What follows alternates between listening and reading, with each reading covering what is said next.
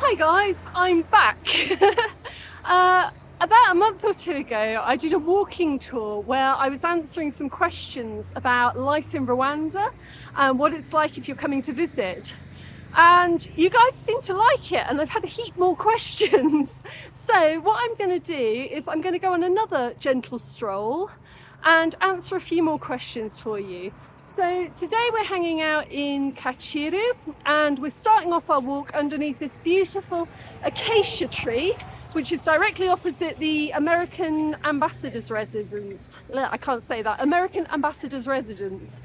So find the giant acacia tree on the corner of KG 548 Street and cross over, and we're going to go on a real gentle little walk, and I'm going to answer a few more questions. So let's head off. Seriously guys, Kigali is so beautiful, and we've got these cycling championships going on at the moment, so you can see the bike mechanics going past.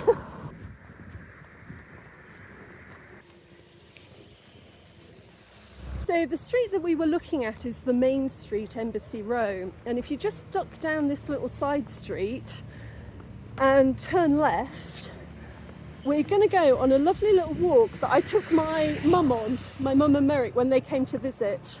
It's just a really nice little back street walk around Kigali that goes past a couple of really nice things. Just be careful on this crossing though, because there's about 4 different roads and they all end up converging with no give way sign.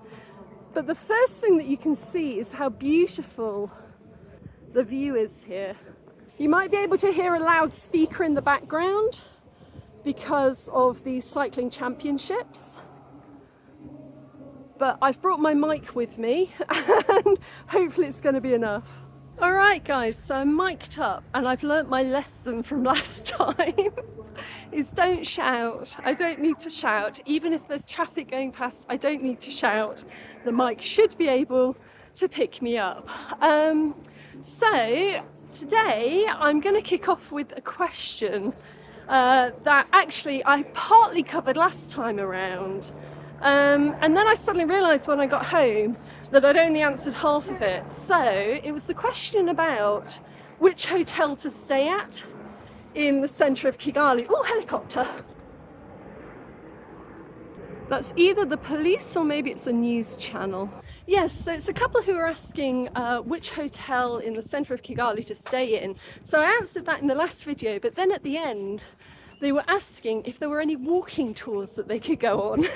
So as we're doing a walking tour at the moment, I thought I would kick off by answering that question, because there are 2 really excellent walking tours that I can think of in Kigali. So in no particular order of preference, there's a walking tour run by Talking Through Art, which is an organisation in Gikondo that works with disabled women, making arts and crafts, and they make the most incredibly stunning, beautiful baskets. And you can go on a walking tour with them, and they take you through all of the markets and the back streets of Gikondo. You get to try local food. Yeah, it's just a really, really nice introduction to the city, and I actually did a video with them a while back, so I will leave that somewhere floating above my head and you can go and check it out. And the second one's a really famous one. I took my mum and Merrick on it when they came to visit in 2019, and it's Nyamirambo Women's Centre. So Nyamirambo is the oldest part of the city, and there's a women's cooperative there. They make beautiful handcrafts. They have a shop that you can visit, and they also do a walking tour. So I will leave the details for both of those below. At the end of the Nyamirambo one, you can book in to go and try a traditional melange, which is like a Rwandan buffet, where they make local food, and you can try that. And at the end of the Gikondo one, you can also try basket weaving, because they make baskets there, and you can book in for that. So I'll leave all the details of those below. But I thought I'd come back and answer that part of the question, because it's a really good one. If you are coming to Kigali, you know, go and check out the back streets, get off the main road, get off the tarmac, and go with some local guides who can answer your questions, let you ask anything that you want to ask, learn about anything you want to learn about. And at the same point, you're also supporting two really excellent causes there, the Women's Centre and the Disabled Ladies in Gikondo. So definitely get onto that. All the details below. There's a nice little restaurant down here called Curry Kingdom. It's quite a nicely painted back wall. So yes, if you're looking for curry, head here. All right, so the next couple of questions come from a lady called Kia Grace. Hiya. We have a bit of a back and forth in the comments. She comes up with some really good questions. In fact, the videos I recently did about grocery shopping in Kigali were her suggestions. So she's thrown me 3 more questions, so I'll try and get through them. The first one is a question about mobile money. So mobile money is a way of paying for things using your mobile phone here. And she was asking that if you want to use your mobile phone here to pay for things, can you hook up your credit or debit card to it? So essentially, do you need to use a third-party app to transfer money from your home country onto your mobile money phone here in Rwanda? Yeah, you do. You do. The one that I would... Oh, I've never seen this before. Check this out. There's a place here called Silverback Tea. It appears to be closed at the moment, but that's kind of cool. I guess it's a tea shop. Yeah, so it looks like when it's open, you can pop in here and just buy lots of different types of tea. Ah, Funda Tea Company. So Funda is up in Gisenyi. That's cool. So yeah, if you want to transfer money, say from the UK, America onto your mobile phone here and pay for things using mobile money, you do kind of need a third-party app to do that. The one that I tend to recommend, and full disclosure here, I have an affiliate link with them, is Remitly. So there's a couple, there's Remitly and there's World Remit. I always used to use World Remit, but I tended to find that sometimes when I transferred to mobile money, it would get stuck in transfer for a little while, whereas I find that Remitly does tend to be a little bit more reliable, a little bit quicker. And that part of it is not me being sponsored to say that, that's just the reason that I switched over to Remitly. So what I'll do is I'll leave my affiliate link below, and it's the first affiliate I've ever done, and I'm not 100% convinced that it works. So, if you use it, let me know and I'll go and check whether or not it does. But if you use it, you should get some money off as a new customer. I think everybody gets money off as a new customer anyway. But then I should also get a little kickback for referring you. But I am referring it quite honestly because that's the app that I use constantly. And all you do is you sign up and you include your bank details or your card details, and then it gives you the option to send to mobile money, and you can send to your own mobile money account so that you've got credit, or you can also send it to anybody else's mobile money account in Rwanda. So that's generally, you can transfer your rent, you can transfer for services, things like that. So I like Remitly, and that's certainly one efficient app that allows you to do that. Second question from Grace is, how easy or difficult is it to buy a car here? And can you drive on your foreign license? First part of that is, let me deal with the second part of that first. The short answer is yes, you can drive on a foreign license here for up to 12 months. And then technically you're supposed to transfer your license to a Rwandan license. Although I did have a cheeky little chat once with the guys at the licensing agency, and one guy there suggested to me that you had to transfer 12 months after you last entered the country. So I guess if you wanted to be cheeky, you could leave the country once a year, come back and drive for another 12 months on your foreign license. I don't know. It's all a bit up in the air because it's not something that people tend to enforce very heavily. Generally speaking, I think if you've got a British or a European license, an American license, you know, I think it's kind of agreed that that means you know how to drive, that you've been through a rigorous testing system in your home country. And so people don't tend to come down too heavy on people who don't transfer their license. If you do transfer your license, because a lot of people do, you don't give up your original home license. They just issue you with an equivalent Rwandan one. Oh, look at this. There's another view down into the valley. So yeah, if you're staying here long term, so if you're planning to be here for a few years, you can transfer your license to a Rwandan license without surrendering the license from your home country. And I tried to do that myself once, but I didn't have a great deal of success. So I did a whole video about trying to convert my license. If you want to laugh, I'll leave the link somewhere up here.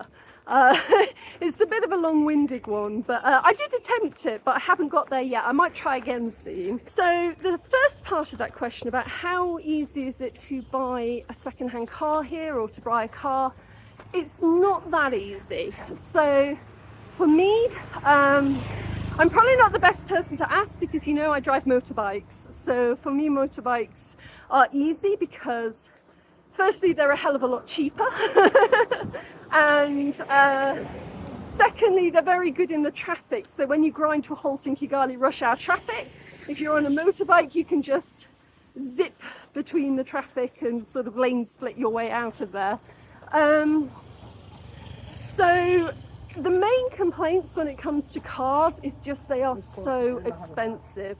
There's not really sort of an old second-hand bangers market here because, you know, there aren't so many cars. There's also a regulation here that, you know, if you're importing cars or registering cars, they have to have been made within the past 5 years.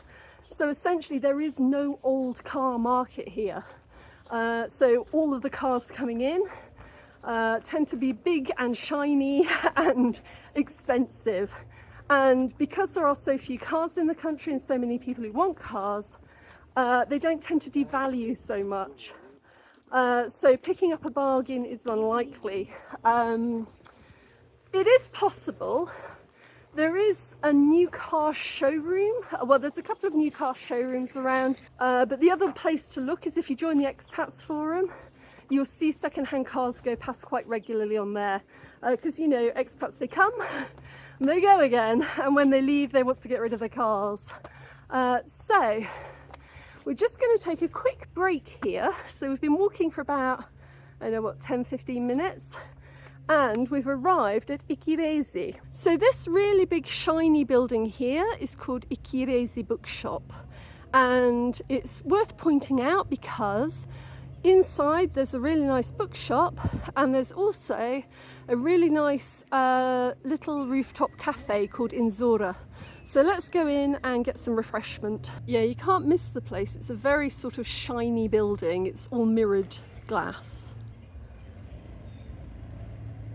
So when you arrive, you're just going to follow these little feet on the ground and you're turning left and you're going up the steps. And at the top, you shall find the bookshop. Hello.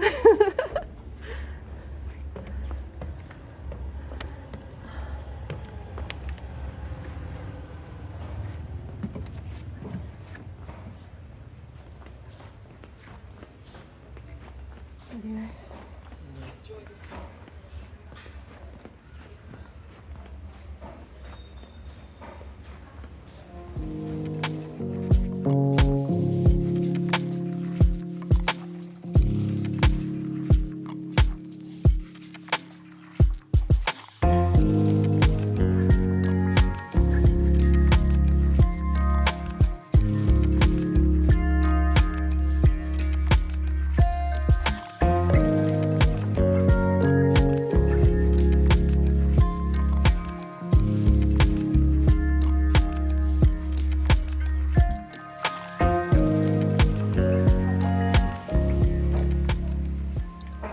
So Inzora is a really nice place to come. Like I say, there's a huge bookshop behind, and at the front you've got this beautiful view looking directly at the centre of town. So you can sit indoors and look at that if the weather isn't so great, or they've got a really nice little upstairs area. Again, nice view, nice and cool. But if you're going upstairs, just be really, really careful, because at the top the threshold is really, really low, and I smack my head on that every single time. So just be a bit careful when you're going up the steps. But yes, you can go and sit upstairs or just enjoy this incredible view. And just whilst I'm here, I was going to answer a topical question about how we get drinkable water in Kigali. Where can you get a water filter?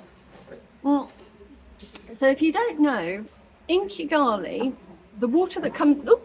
So if you don't know, the water that comes out of the taps in Kigali is technically safe to drink, but nobody really does. And it's not really about the water safety, it's about the state of the pipes. And a lot of the pipes are really old, so it's not really recommended to drink the water from the taps, although technically in most houses you could. So instead, what people have in their houses are water filters. Now, I've talked about this before. I've always had the traditional chalk candle water filters. And I had those for years and years and years. And they used to be the standard. You could pick them up in any shop. But over the past few years, they seem to have fallen out of favour a little bit. And instead, what we have is a new company called Purifier. And Purifier, they do like ceramic flower pot water filters, and you get them in different sizes.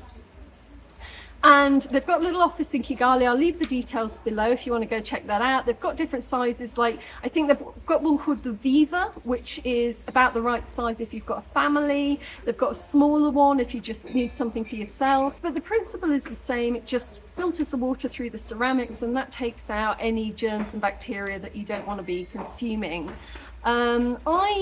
I guess the only advantage to the older chalk candle ones is that they were metal cylinders, whereas the Purifier ones, they are food grade plastic, but they're still plastic. Your water's still sitting around in a plastic bucket. So if plastic bothers you, maybe try and find one of the older chalk candle filters, or order one online.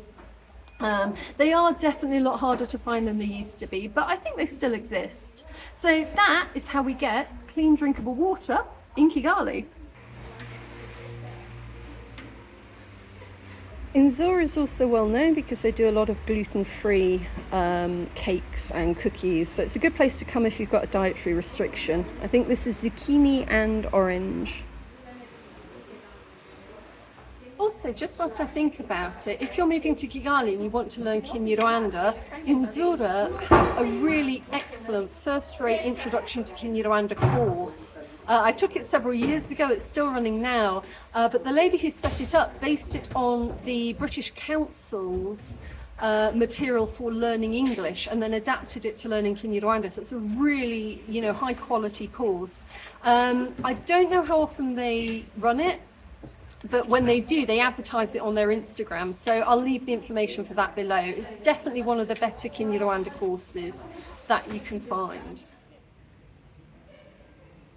So when you're fully refreshed at Inzora, come to Ikirezi, because it's a bookshop just next door.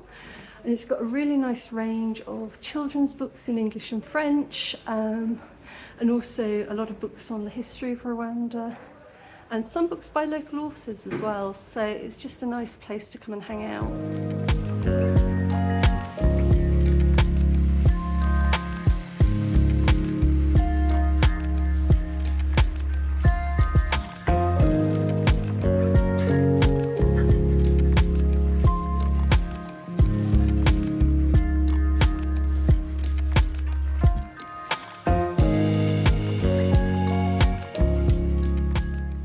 They've also got a few arts and crafts supplies as well.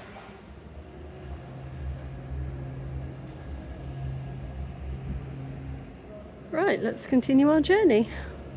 So I realised that I actually forgot to answer Grace's final question, which was, do you have any information about foreigners giving birth in Rwanda?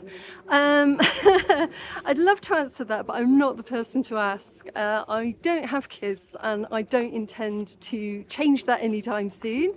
So I'm not the person for neonatal advice. What I would suggest is drop into the expats forum, because there's loads of people in there who will have advice. People are asking for information about hospitals and medical care constantly, so someone will have the information that you need in there. I'll drop the link below.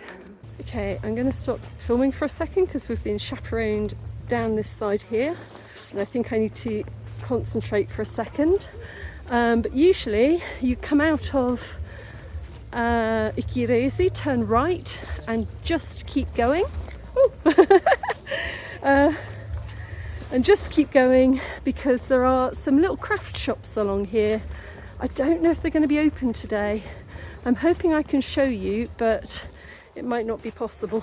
So yes, it's a bit of a squeeze along here because everything's been a bit closed down for the cycling. Let's go see if the shops are open. So yeah, when you get to the end of the road, you'll see a couple of craft shops. And one of them is Azizi Life Studios.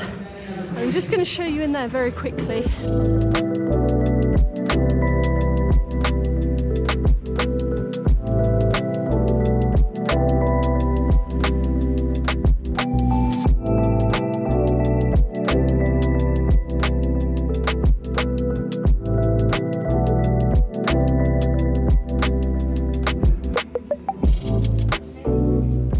This beeswax polish, I use a ton of this when I'm fixing pianos. If you've got a piano and you want it to look beautiful, this wood polish is really good.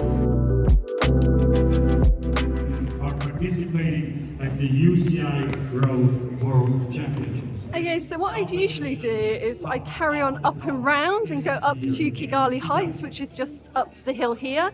But today it's getting a bit crazy because of the cycling, so I'm just going to hop to Kigali Heights a different way. So we're just going to head back the way that we came and take a right up here by the white wall.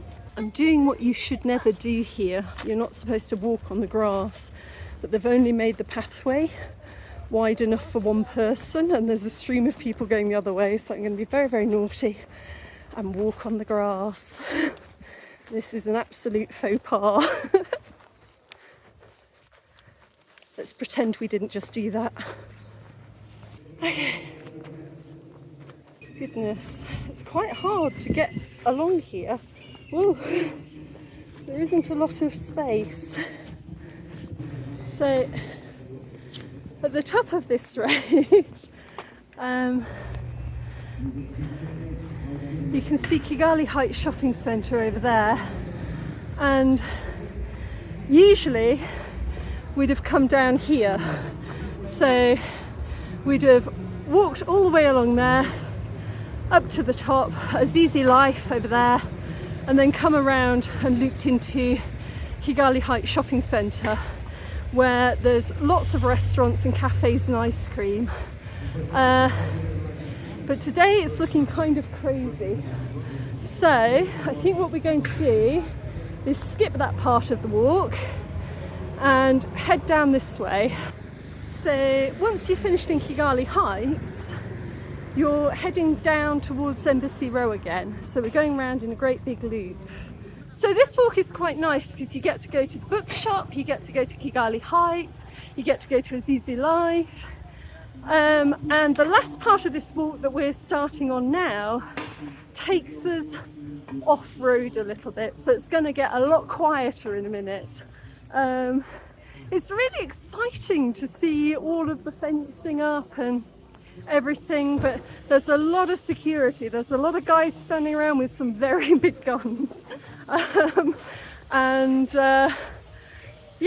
it's all a bit crazy. I can see a lot of tourists going around. Oh, bike!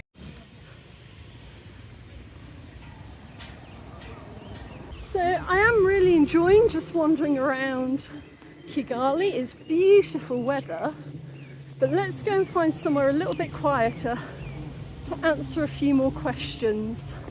Oh, look at this big building going up.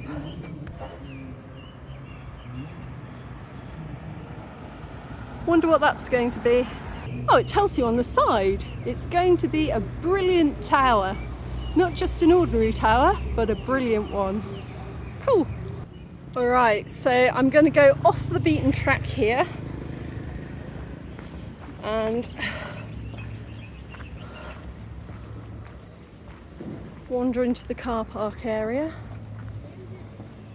and just keep following this along until you come to a little car park on the left with People Nightclub and Wine and More. So here's the car park with People Nightclub and Wines and More, and if you are desperate for more refreshment or you didn't stop at one of the other two places, there's also a brioche coffee shop here. It's got quite a nice place to sit upstairs and they serve coffee and sandwiches and things. But we're going to be continuing along the side of this car park here. And it's kind of interesting for me because when I used to do this walk a couple of years ago, all of this used to be Muram Road, so it used to be dirt road. And now it has been neatly tarmacked, although there isn't any pedestrian pavement. So you are walking on the road, but just start following this along. And whilst we're walking along, we can answer some more questions. So the next question is, where would you recommend living, or where would you recommend for accommodation as an expat for the next 3 years? So this is somebody who's clearly moving to Rwanda for a while and is asking about, you know, which areas of the city are good to live in. Now, you'll probably remember from the last video, the last Q&A, that there really aren't that many bad ideas for accommodation in Kigali. Pretty much all of the suburbs are fine. You know, everywhere's safe, everywhere's green. There are a few character differences between them though, and I'll go into that. I think if you're young and hip and looking for bars and restaurants and things like that, you might want to check out Kimihurura. Sorry, just to explain, if you're following this route with me, you want to turn left at the bottom. We're going to go around this corner. So Nyamirambo is another area that I think used to be quite affordable and probably a good place if you're in your 20s, you're looking for some nightlife. It used to have a bit of a reputation, but over the past few years it's kind of been gentrified or sanitized a little bit. So it kind of feels a lot like many other parts of the city now, which is, it's a little bit of a shame, I think. It had quite an impressive character, a big character. But I think if you're a little bit older, those areas might be a little bit noisy for you. They might not be exactly what you're looking for. If you're on a good salary, if you're with an NGO, if you're with a big company, if your employer is paying for it, you might want to check out Kiovu. That's quite a posh area. It's very, very close to town. So as you're going up the road into town, on the right you'll see Saint Famille Church, and opposite that is a leafy suburb called Kiovu, which might be a nice place to check out. I would suggest at the moment, I usually say there's nowhere you don't want to live. I would suggest be a bit cautious about Kacyiru. I live in Kacyiru, I love Kacyiru, but at the moment it's a building site and there's a lot of houses, including mine, which are scheduled for demolition. And so at the moment, if you're planning to move here for a long time, like 3 years, you might want to sort of check the planning zones, because you don't want to move in somewhere and then have to move out again. So Kacyiru stretches from like the American Embassy around the golf course. It's a really, really nice area, but at the moment you're just never too sure what's about to happen.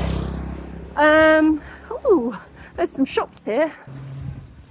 Oh, so this is nice. Oh, try not to get run over. Might cross over. So there's a little resto here called Burrows, and that looks like a coffee shop, and a little Vuba grocery store.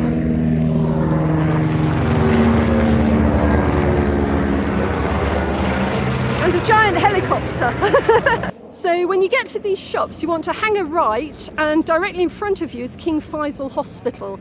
And we're going to walk down towards King Faisal, but we're taking the next left. So we're not going all the way up to the gates of King Faisal. Where that motorbike just came out, we're turning left there.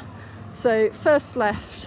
So let's go down there and make our turn, and then I will give you the top place that I reckon you should check out if you're house hunting.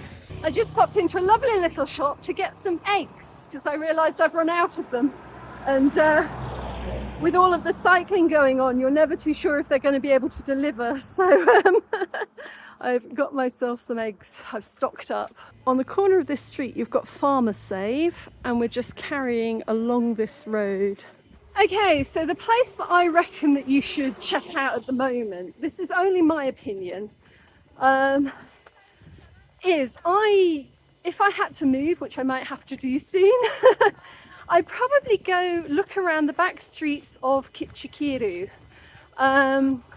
sort of the Nibuye area. So you get to the Sonotubes roundabout, which is the roundabout with the golden dancers on it, and from there what you really want to do is to head off towards Bugesera. And just as you're heading out of town on that road, on the left hand side, that's a suburb of Nibuye and going into the wider Kacyiru area. Because I would say that of all of the areas of Kigali at the moment, that's probably an area where you can still find a nice little house, possibly with a private garden, a private compound, at probably an affordable rate. So for me, when I say affordable, I'm talking like $500 or less per month. And I think that's probably where you can still get that. I've known people to get that a couple of years ago. I assume you probably still can. But if you're not on a massive budget, but you want somewhere nice, I'd go check out the back streets of Kacyiru at the moment. Is probably your best bet. But if I'm wrong, if you would suggest somewhere else, if you've lived here a long time, you've got some better ideas, do drop them below, because I might need them soon. Okay, so coming to the end of this road, you'll see we've got a stop sign here, and straight ahead of us, the road is a Muram road, so it's a dirt road, and we're going to have a little wander down there. Whew. It's nice to be off the main track. It's nice to be out of the hustle and bustle for a minute. Let's just be careful on this bend because it's a very blind bend and we can't see what's coming. So be very careful when crossing the road. Check and go.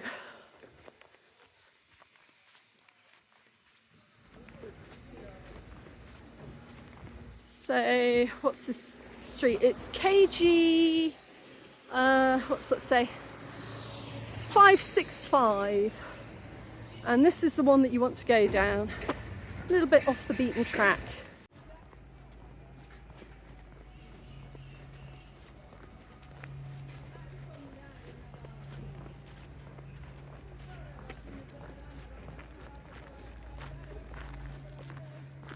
Ah, damn it. I think I put my list of questions down in the shop and forgot to pick them up again.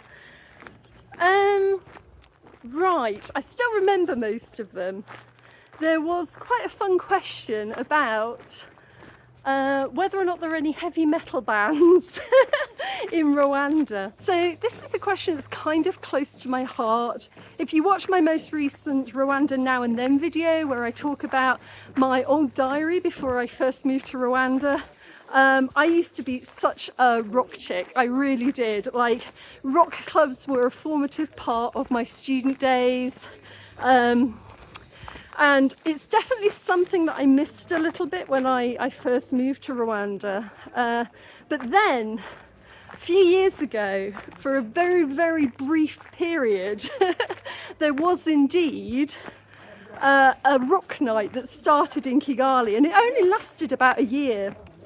But it was fantastic. I bought a whole outfit for it. And, you know, we'd totally rock out. But as happens here, you know, it was largely founded by expats, and over time they left. So the founders left, and then everybody who used to hang out there kind of left as well. So it disbanded pretty quickly. But it was a lot of fun whilst it existed, but that was the only time, the one and only time I think there was a heavy metal scene in Kigali.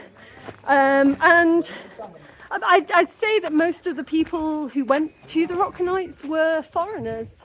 And I think, you know, if you know rock music, if you like your heavy metal, if you just sit there and you think about the songs that you like the most, and you think about the titles of those songs, like, you know, some of the titles of the songs by Drowning Pool or Rage Against the Machine, or, you know, have a think about those titles of those songs, and then have a think about them in the context of the history of Rwanda, and you might find your answer as to why it never became very popular here. Yeah, it's not really, it doesn't mesh well at the moment with the kind of the culture in Rwanda. It tends to be sort of quite a reserved culture that very much has a lot of traditional music, a lot of traditional songs, a lot of traditional dancing, a lot of Afro pop, so a lot of Ugandan pop, Nigerian music sometimes comes over, a lot of Congolese sort of samba music, but you don't get that really angry counterculture music. I think maybe over the years, oh, golf course, have a look at this. This is where we were walking last time we did this questions and answers. So yeah, there's kind of a sort of a suspicion, I think, that angry music is not conducive to society. I don't quite know how you explain that so well, but Rwandan culture is very reserved, quite stoic, and so it's not really the done thing to show strong emotion, especially not anger, kind of craziness, kind of, you know, that sort of loudness that we enjoy and we find fun in many countries. So I think that's why you don't tend to find it here, and because there isn't really much of a call for it, there aren't any Rwandan heavy metal bands that I know of. But I also think that maybe, you know, as more Rwandans leave Rwanda and travel and see other parts of the world and experience other cultures, and as the country continues to grow and develop and maybe relax just a little bit, that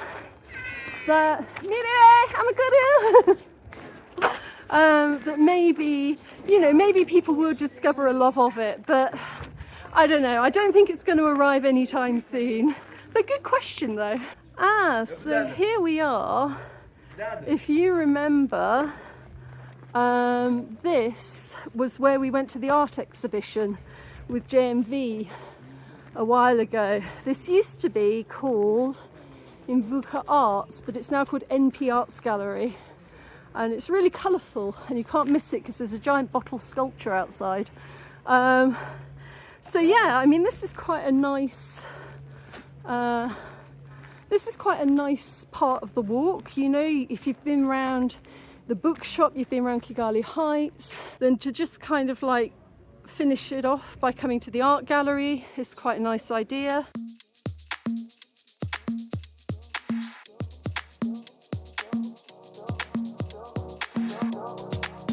So this painting here is by JMV. If you remember, we had the art exhibition with him recently and came to see him. Okay, so here we are. And there's always something on at the art exhibition here. So you can just come in, take a look around. So it's quite nice, there's lots of different rooms. and lots of different styles. And I think all of these are for sale. So if you're looking to buy some artwork to take home with you, this is a nice place to come. Wow, this one is very impressive. You could get completely lost in this.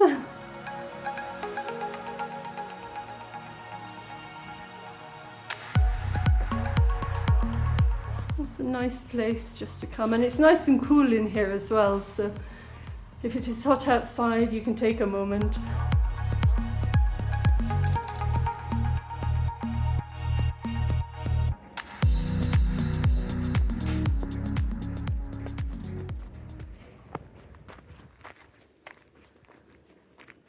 Okay, so another question is, when coming to Rwanda, how do you find somewhere to stay? Where do you go? How do you find this? And somebody was saying, you know, do you look on Airbnb or Booking.com or Google Maps? Or is it better to go somewhere and to ask somebody where the local hotel is? I would definitely say if you're coming to Kigali or any of the bigger cities, bigger towns, Airbnb, hands down, is the one that everybody uses.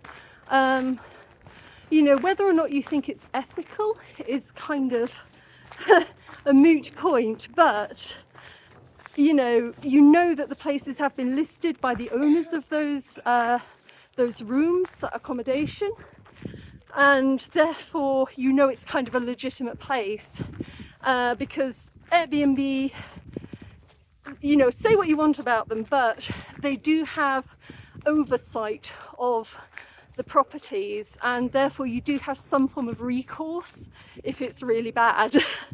I have used Booking.com before with varying degrees of success outside of Rwanda. I only ever used it once.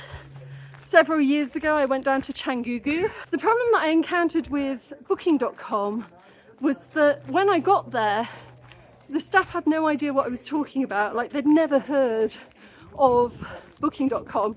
So I turned up with my reservation and Booking.com had said that I had one. But when I showed it to the staff, they're like, we don't know what this is. Oh, beautiful cockade flower, hibiscus. They make tea from this. So I think the problem that you have with Booking.com is that often maybe the communications director or the owner of the hotel listed it years ago. Maybe they left town, forgot to tell the staff what it was or how it worked. And so, you know, it doesn't always check out when you get here. Whereas at least with Airbnb, it's usually the owner themselves that is managing the listing. So it tends to be a bit more legitimate. So we've come back down to the main road here. And if you carry on straight down, you'll come to Cassakeza restaurant, which is a really, really nice place to hang out. But I'm not going to go that way now. I'm going to head back home. As you can see, sort of the streets are all fenced off, ready for the cycling. So I'm just going to head back to my place and finish off what I was telling you. If you turn left, you'll go up the road, follow the road up, and you'll come back to the acacia tree that we began at. Or go right and you'll end up at Cassakeza, which is a lovely little place where you can get tapas, cold drinks, coffee, and finish your walk there. Oh, I got a really nice cold drink at the shop that I went to. Yeah, so I thought that I'd just come home, have my drink and finish what I was saying. I was going to say, I probably wouldn't just turn up in any town and say, hey, where's the local hotel? You can do that and somebody will find you one. Whoever you're talking to in a small town is probably related to somebody who's got a B&B or something, and that's where you're going to end up, and the quality might vary considerably. So Google Maps is a bit problematic. There's a lot of problems in that people haven't entirely got the hang of Google Maps sometimes. Things get listed on there that are just absolutely bizarre. Things are listed on there that haven't existed for years, so it's quite likely you'll turn up and it won't be there. And other things just make no sense. Like the whole Wall of Pipes adventure, if you watch the Wall of Pipes adventure, that was just because I found a listing on Google Maps and I thought, what is this? At the same point though, I have had some good experiences with it. So I found a lovely little place when I was going to Rusumo Falls. It was very, very basic, but you know, it had a comfortable bed, there was a shower, and there was a restaurant attached, and it was 10,000 francs a night, which is about, what, £5? So, you know, you can get some good listings, but what I would suggest is just read the reviews. Read the reviews and lower your expectations. A lot of places, once you get out of the big towns and cities, you know, they're small, they're family run, you know, and they don't always have the amenities that you might be, you know, expecting. And that's part of the fun of it, you know, it's an adventure. You're going out to see what you can see. So, you know, go with a sense of adventure and you can't go too far wrong. And also, if you do pick a place that's quite cheap and it turns out to be awful, you can leave and go and find somewhere else. So, I mean, I would say if you've got the money for it, Airbnb is your best bet. If not, or if you're feeling adventurous, then Google Maps, you know, there are some good places on there. Read the reviews and check how recent the reviews are. Because if the last review was like 3 years ago, the place probably doesn't still exist. Yeah. Okay, so that's me. I'm being harassed by my cat. I'm being catted. Hold on. Hello, Mr. Cuddly. You gonna let me finish my video? No. You gonna let me finish my video? No, apparently not. So, I hope some of those questions and answers have been useful. If you've got any other questions, drop them in the comments below, because I do tend to read those and I will save them up for the next walk. Please don't DM me with travel questions, just because, you know, hours in the day, I just can't provide a one-on-one travel support service. Whereas if you drop your question below and I answer it, then the answer is always there, and hopefully it will help other people as well in the future who have the same question. What I'm also going to do is I'm going to leave a little map of the walk below that you can download. So, you know, if you're in Kigali and you just want to go for a walk around for an afternoon, you can do that. And like I say, you go past the Bookshop, you go to Kigali Heights, you go past Azizi Life for crafts and arts. You go to the art studio that we went to, and then you can end up at a really nice cafe down the road called Cascasa. So it's just like a little short walk around the back streets that you can do by yourself, and yeah, you can download that below, and I shall see you in the next one. Bye bye, toodaloo, toodlebot.